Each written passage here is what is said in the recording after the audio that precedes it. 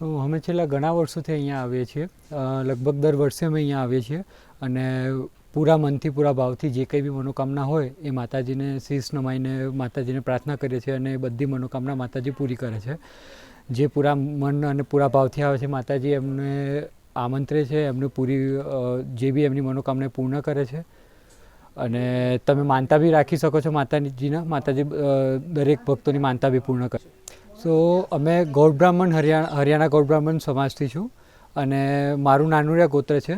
પણ ખાલી નાનુરિયા ગોત્ર નહીં, ઘણા બધા ગોત્રની માતા છે, કુળદેવી માં છે. અને જે બી ભક્તો ભાવ સાથે અહીંયા આવે છે, નાનુરિયા ગોત્રના હોય કે હરિયાણા ગૌડ બ્રાહ્મણ સમાજના હોય, એમની मनोकामना माताजी पूर्ण करे छे.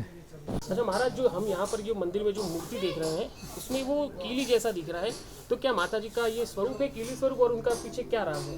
वो कील है, वो माता की अतनी सी लकड़ी है, थोड़ी लकड़ी है. तो ऐसा स्वरूप क्यों है माता जी का? अभी तो आप ही लकड़ी है, फाड़ में लकड़ी है. अच्छा, साल के दौरान पूरे वर्ष में कौन कौन से कार्यक्रम होते हैं? ये कार्यक्रम तो कोई नहीं होता. नवरात्र आते हैं, 2 नवरात्र आते हैं, मेला पड़ता है.